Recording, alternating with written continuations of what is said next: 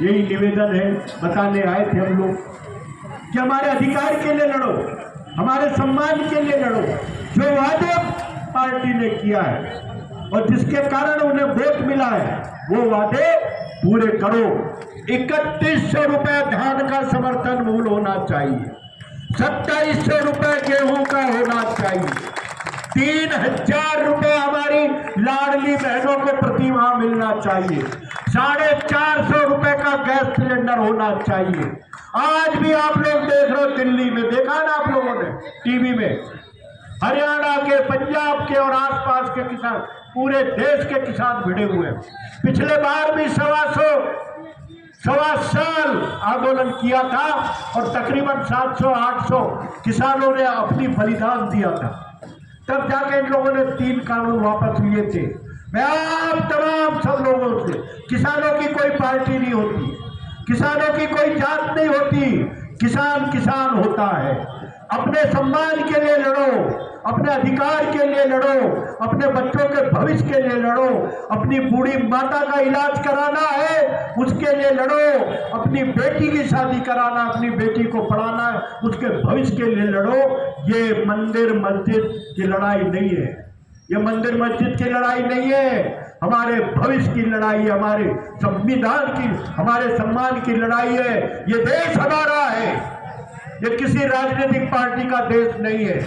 इस देश को बलिदान से किसानों ने, मजदूरों ने, नौजवानों ने इस देश को बनाया, अपनी बलिदान दिया है, तब ये देश ऊंचाई में पहुंचा है। हमारा अधिकार है लड़ने का, लड़ो, जागो, और अगर सोओगे तो कुछ नहीं खोना।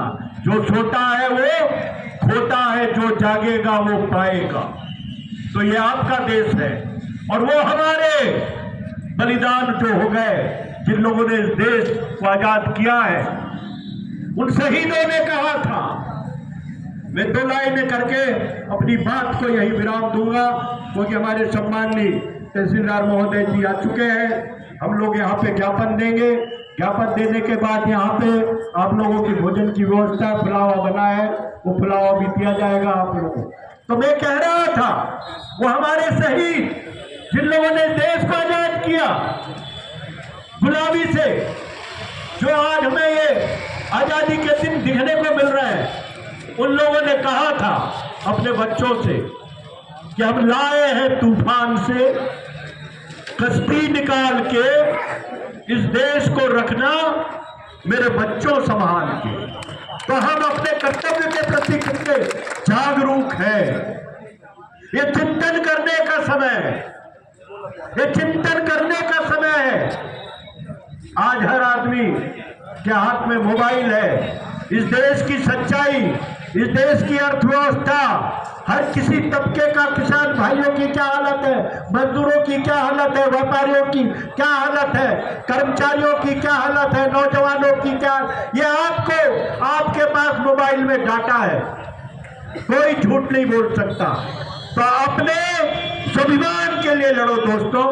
बस ये बात कहने के लिए हम लोग आप लोगों के पास आए थे। आप लोगों ने बड़ी धैर्यता के साथ हमारी बात को सुना।